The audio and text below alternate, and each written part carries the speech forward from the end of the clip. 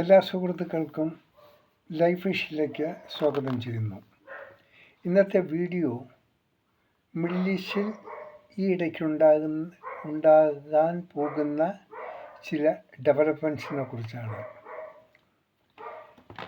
ഒരു ത്രിരാഷ്ട്ര ഉടമ്പടി മിഡിൽ ഈസ്റ്റിൽ രൂപം കൊള്ളുകയാണ്. അതിൽ ബന്ധപ്പെട്ടിരിക്കുന്നത് സൗദി അറേബ്യ, തുർക്കി, പാകിസ്ഥാൻ. ഇവർ മൂന്നുപേരും ചേർന്ന് ഒരു സഖ്യം രൂപപ്പെടുത്തുകയാണ്. അതിൽ സൈനിക സഖ്യവും സൈനിക സേവനത്തെക്കുറിച്ചും അതിൽ ഉൾപ്പെടുത്തിയിട്ടുണ്ട് എന്നാണ് അറിയുന്നത്. ഇതിൽ UAE ഇതിൽ അംഗങ്ങളായിട്ടില്ല.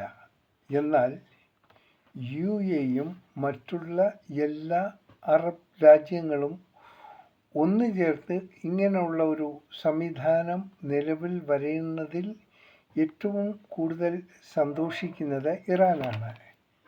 ഇറാൻ ഇതിനെ നല്ല രീതിയിൽ പ്രശംസിച്ചിരിക്കുകയാണ്. അപ്പോൾ ഇറാൻ കൂടെ ഇതിൽ ഭാഗവത്തായി കഴിഞ്ഞാൽ ഒരു വലിയ ഇസ്ലാമിക് ശക്തി ലോകത്തിനുണ്ടാകും എന്ന് അവർ ആഗ്രഹിക്കുന്നു. നല്ലതാണ്.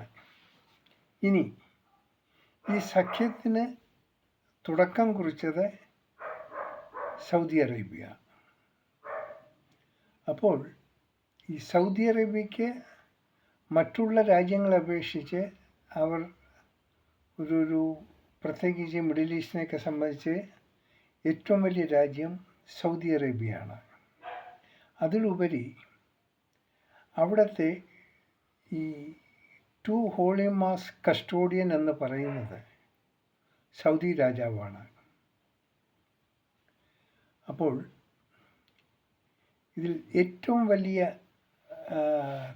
തമാശ, ഇങ്ങനെ മൊത്തം ലോകത്തുള്ള എല്ലാ ഇസ്ലാമിക് രാജ്യങ്ങളെയും ഏകോപിച്ച് ഒരു സംവിധാനം ഉണ്ടാക്കി കഴിഞ്ഞാൽ അത് വലിയൊരു ശക്തിയായിരിക്കും, നല്ല കാര്യവുമാണ്. എന്നാൽ ഒന്ന് മനസ്സിലാക്കേണ്ടത്, ഈ ഇസ്ലാം മതത്തിന് ഇസ്ലാം രാജ്യങ്ങൾ തമ്മിൽ ഒരിക്കലും പരസ്പരമായിട്ടുള്ള ഒരു ആത്മാർത്ഥ ബന്ധം ഉണ്ടാകാറില്ല. അവർ പരസ്പരം പോരടിക്കും, പരസ്പരം ഫൈറ്റ് ചെയ്യും. അത് നമുക്ക് ലോകത്തിൻ്റെ ഹിസ്റ്ററി എടുത്ത് നോക്കിയാൽ തന്നെ നമുക്ക് അറിയാൻ സാധിക്കും. ഇപ്പോൾ ഇറാൻ ഈ ഒരു സഖ്യത്തിന് വളരെ സപ്പോർട്ട് ചെയ്യുകയാണ്. ഒരു പക്ഷേ UAEയും ഇതിൽ ആകണം, നാം അങ്ങനെ ആഗ്രഹിക്കുന്നു. എന്നാൽ ഇതിൽ ഏറ്റവും വലിയൊരു തമാശ എന്ന് പറയുന്നത്, പാകിസ്ഥാൻ എന്ന നമ്മുടെ അയൽവക്കം ഉള്ള രാജ്യം, അവരാകെ തകർന്ന് തരിപ്പണമായി വലിയ ബുദ്ധിമുട്ടാണ്. അവർക്ക് ഇങ്ങനെയുള്ള ചില ഈ ഉഡായിപ്പ് പരിപാടികളിൽ പാർട്ടിസിപ്പേറ്റ് ചെയ്യാൻ വളരെ താല്പര്യമുള്ള കൂട്ടത്തിലാണ്. അതുമല്ല, ഈ ഇസ്ലാമിക രാജ്യങ്ങളിൽ ആകെ ഈ ആറ്റമിക് വെപ്പൺസ് ഉള്ളത് ഈ പാകിസ്ഥാനാണ്. യഥാർത്ഥത്തിൽ ഇതിൻ്റെ കരുത്ത്, ഇതിൻ്റെ ശക്തി, ഇതെത്ര കൊണ്ടുണ്ടെന്നുള്ളത് ഇതുവരെയും പാകിസ്ഥാൻ വെളിപ്പെടുത്തിയിട്ടില്ല. അവരുടെ അറിവ് അവർ ആ ഒരു ബാനറിലാണ് ഇപ്പോൾ ഇസ്ലാമിക് ലോകങ്ങളുടെ ഫ്രണ്ടിൽ അവർ ഷൈൻ ചെയ്യുന്നത്. എന്നാൽ ഈ ആത്മാർത്ഥത എന്നുള്ളത് ഈ പാകിസ്ഥാനില്ല. പാകിസ്ഥാനിന് ഇങ്ങനെ ഉള്ളൊരു സഖ്യം ഉണ്ടാക്കുന്നത് ഏറ്റവും കൂടുതൽ ഗുണകരം ആയിരിക്കുമെന്ന് പാകിസ്ഥാൻ ധരിക്കുന്നു. കാരണം ഇങ്ങനെയുള്ളൊരു ട്രീറ്റി നിലവിൽ വന്നാൽ ഈ പാകിസ്ഥാൻ ആദ്യം ഉപദ്രവിക്കുന്നത് ഇന്ത്യയായിരിക്കും. ഇന്ത്യയുമായി അവർ യുദ്ധം തുടങ്ങും. കാരണം ഇപ്പോൾ ഈ രൂപപ്പെടുത്താൻ ശ്രമിക്കുന്ന തുർക്കി, സൗദി അറേബ്യ, പാകിസ്ഥാൻ അതൊരു സൈനിക സഖ്യം കൂടിയാണ്. അപ്പോൾ മിഡിൽ ഈസ്റ്റിലുള്ള എല്ലാം പിന്നെ ഇറാനും കൂടെ ഒപ്പം ചേർന്നാൽ തന്നെയും ആദ്യമായി ഒരു യുദ്ധം പൊട്ടിപ്പുറപ്പെടുന്ന പാകിസ്ഥാനായിരിക്കും. പാകിസ്ഥാനും ഇന്ത്യയും തമ്മിലായിരിക്കും. പാകിസ്ഥാൻ അത് മാത്രമേ ഉള്ളൂ. മറ്റവർക്ക് അമേരിക്ക ഒന്നും അത്ര എതിർക്കാൻ പോവില്ല. കാര്യം ഈ അമേരിക്കയ്ക്ക് പാകിസ്ഥാനോടൊരു സോഫ്റ്റ് കോർണറുണ്ട്. ഇനി ഇങ്ങനെയുള്ളൊരു സഖ്യം വന്നാൽ, അങ്ങനൊരു സഖ്യം വരികയാണെങ്കിൽ മിഡിൽ ഈസ്റ്റിലുള്ള എല്ലാ അമേരിക്കൻ ബേസുകളും ഷിഫ്റ്റിംഗ് ചെയ്തേ പറ്റും. അത് ഇറാൻ്റെ ഡിമാൻഡ്സ് ആയിരിക്കും. എന്നാൽ ഈ സഖ്യത്തിന് ഇപ്പോൾ middle east, Saudi Arabia, Iran ഇതൊക്കെ ആയിക്കഴിഞ്ഞാലും അവിടെ ചെറിയൊരു സ്പെല്ലിംഗ് മിസ്റ്റേക്ക് ഉണ്ട്. ഈ ഇറാൻ എന്ന് പറഞ്ഞാൽ അവരൊരു പഴയ സംസ്കാരത്തിൻ്റെ രാജ്യമാണ്. അവർ സാംസ്കാരികമായി വളരെ ഫാർവേഡാണ്. അവർക്ക് അവരുടേതായ ഒരുപാട് വലിയ വലിയ ക്വാളിറ്റിയും ചരിത്രപരമായ പല കൾച്ചറും അവർക്കുണ്ട്. അവരെ തോൽപ്പിക്കാൻ കുറച്ച് ബുദ്ധിമുട്ടാണ്. ശരിക്കും പറഞ്ഞാൽ ഈ കസ്റ്റോഡിയൻ ഓഫ് 2 ഹോളി മാസ്ക് എന്ന് രാജാവിനെ പ്രശംസിക്കുന്നത് പോലെ തന്നെ വലിയ പ്രശംസനീയമായ ഒരു രാജ്യമാണ് ഇറാനും.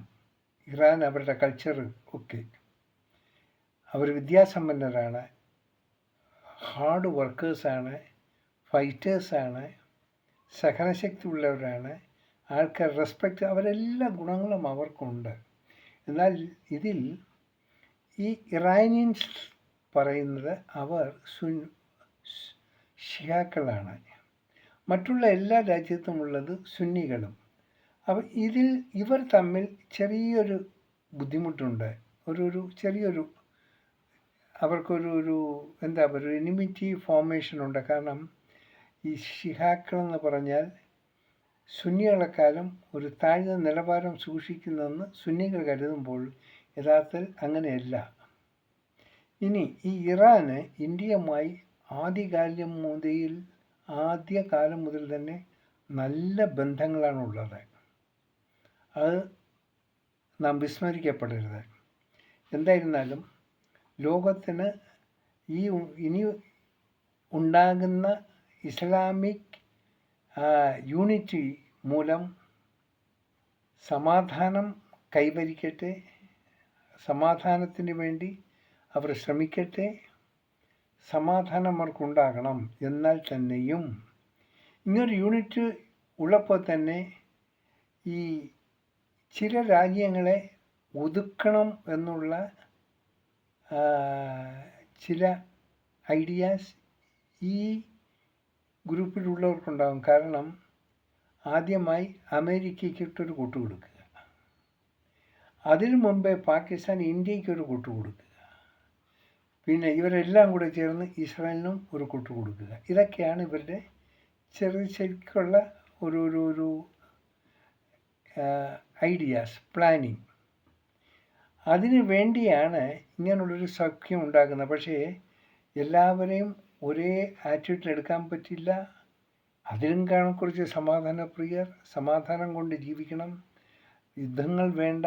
അതിലൊക്കെ ഈ നിഷ്പക്ഷമായ ഒരു ഇടപാട്, ഒരു നിഷ്പക്ഷമായ ചിന്ത ആണ് അവർ എടുത്തിരിക്കുന്നത് ഇതുവരെയായിട്ട്. നാളെ എന്താകുമെന്ന് അറിയില്ല. എങ്കിൽ തന്നെയും നമുക്ക് കാത്തിരുന്ന് കാണാം. മിഡിൽ ഈസ്റ്റ് സമാധാനമായി വരേണ്ടത് നമുക്ക് പ്രധാനപ്പെട്ട ഒരാവശ്യമാണ്. കാരണം ലക്ഷോപലക്ഷം ജനങ്ങൾ അവിടെ വർക്ക് ചെയ്യുകയും അവിടെ ബിസിനസ് ചെയ്യുകയും ചെയ്യുന്ന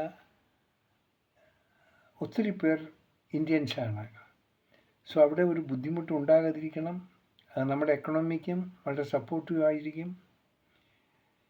എന്നാൽ ഈ പാകിസ്ഥാനും ഈ മറ്റേ തുർക്കിയുമായിട്ടൊക്കെ ഇവരുടെ കൂടെ ഒരു കൂട്ടുകെട്ടെന്ന് വെച്ച് കഴിഞ്ഞാൽ അവർക്ക് എന്തായാലും ഭീകരവാദം എന്നുള്ളത് അവരുടെ ബ്ലഡിൽ ലയിച്ച് കിടക്കുകയാണ്. എന്നാൽ മറ്റുള്ള രാജ്യങ്ങൾ അത്ര കണ്ടില്ല. തീർച്ചയായിട്ടും സൗദി അറേബ്യ ആ ഒരു ലെവലിലൊന്നും പോകത്തില്ല. സൗദി അറേബ്യയെ സംബന്ധിച്ച് അവർക്കൊന്ന് ഡെവലപ്പാകണം, അവരുടെ വലിയ രാജ്യമാണ്, അവർക്ക് ഫാർവേഡ് ആകണം, ഇതൊക്കെ അവർ ആഗ്രഹിക്കുന്നുള്ളൂ. എന്നാൽ തനി ബിസിനസ്സും ഒപ്പം ഒരു ഭീകരവാദം വളർത്തലും ഇതൊക്കെ ഈ പാകിസ്ഥാനും തുർക്കിക്കുമുള്ള ഒരു അവരുടെ ബോൺ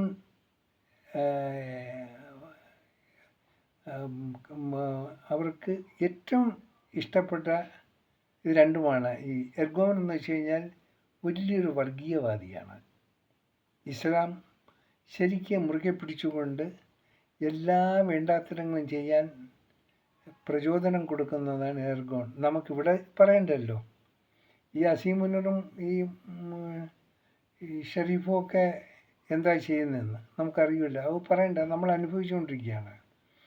എന്താണേലും നമുക്ക് കാത്തിരുന്ന് കാണാം. ഈ 3 രാജ്യങ്ങളും രൂപം കൊടുക്കുന്ന ഈ ഒരു കൂട്ടായ്മയിൽ മിഡിൽ ഈസ്റ്റും ഇറാനും എല്ലാവരും ചേരട്ടെ. സമാധാനമായ ഒരു അന്തരീക്ഷം ഇവരിലൂടെ ലോകത്തിന് കിട്ടിയാൽ അത് വലിയൊരു കാര്യമായിരിക്കും. പക്ഷേ അത് എത്ര കണ്ട് സക്സസ് ആകുമെന്ന് നമുക്ക് കണ്ടറിയാം. ഈ 3 ഗ്രൂപ്പുള്ളപ്പോൾ വലിയ കുഴപ്പമില്ല, അതങ്ങ് പൊക്കോളും. പക്ഷെ എല്ലാ ഗ്രൂപ്പും ചേരുമ്പോൾ ഇനിയിപ്പോൾ ഈജിപ്തും വരും. അവരും മോശക്കാരൊന്നുമില്ല. അപ്പോൾ ഈജിപ്തും വരും, ഇറാൻ ഇവരൊക്കെ വരുമ്പോൾ ഇതെന്താകും? ഇതൊരു സാമ്പാർ മോഡലാകുമോ എന്തോ അറിയില്ല. ഒരിക്കൽ കൂടി നമുക്ക് ഇവരുടെ പ്രവർത്തനം നല്ല രീതിയിലാകട്ടെ. അവരുടെ സഖ്യം നല്ല ആശയങ്ങളുള്ളതായി തീരട്ടെ എന്ന് നമുക്ക് ആശിക്കാം. കാണാം വീണ്ടും മറ്റൊരു വീഡിയോയിൽ. Thank you.